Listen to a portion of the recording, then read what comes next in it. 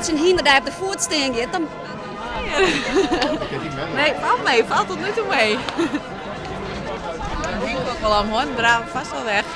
Wat speel je dan? Trombone. Maar in ieder geval, jongens. Dan gaan we die bak in, gewoon op stille trom. En dan tikken we daar gewoon in. Nou ja, dan wijst het vanzelf wel.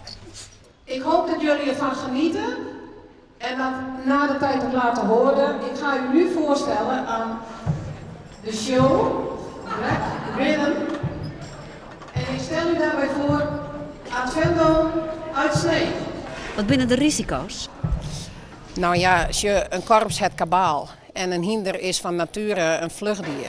Dus en korps en hinders, dat is het liek als vuur en wetter. Dus dat snapt wel. Iedereen denkt dat lukt net, dat giet er van terug.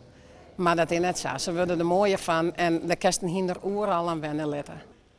Deze, hoe harder de muziek wordt en die eigenlijk ook, hoe hoger ze van de grond af gaan lopen. Ja. En dat is juist mooi natuurlijk. Ja, zeker. Ja, en dat voelt ook heel spectaculair. Ja. Balken, 2, 3. Maar als het losgaat, moet Eibert, de hienst dat Hergen van Halop riet, toch wel weer even wennen. Voor hem is het nog maar de tweede keer dat er mooi docht.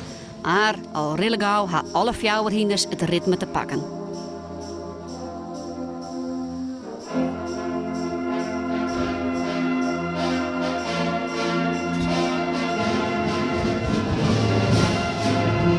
Een hinder is van nature gewoon muzikaal online. Hinders vinden muziek mooi.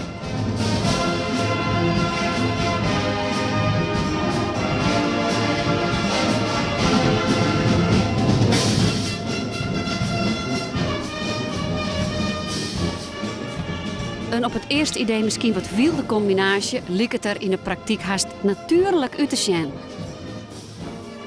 Advendo heeft bewegingen wat een hinder eigenlijk in de dressuur ik het.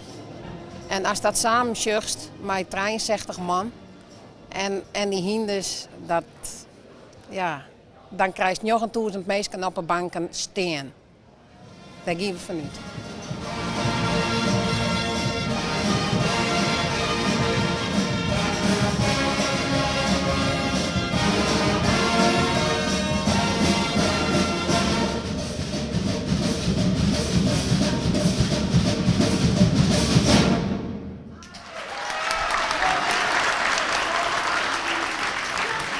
Nou, en?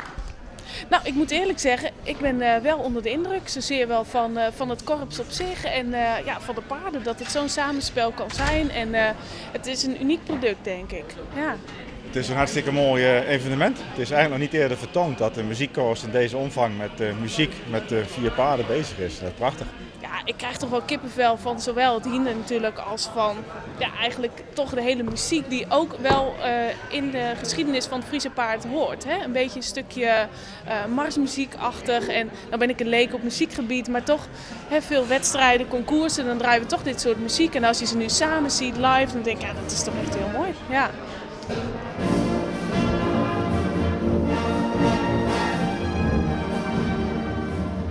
Hoe speelt het en hoe rint het nou als die hinders om daarheen vliegen?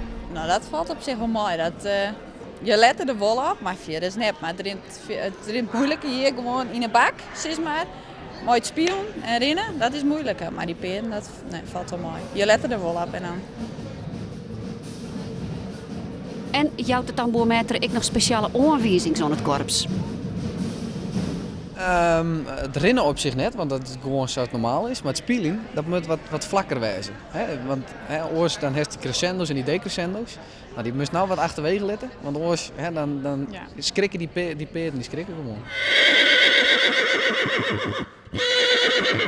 Wat is dat nou? Ja, hij hinnikt denk ik omdat hij nu geen andere paarden meer ziet. Even een moment van, hé, ik ben alleen.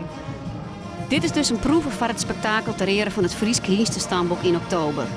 Daar komt, als het goed is, toet Nederlandse hienstenwraad.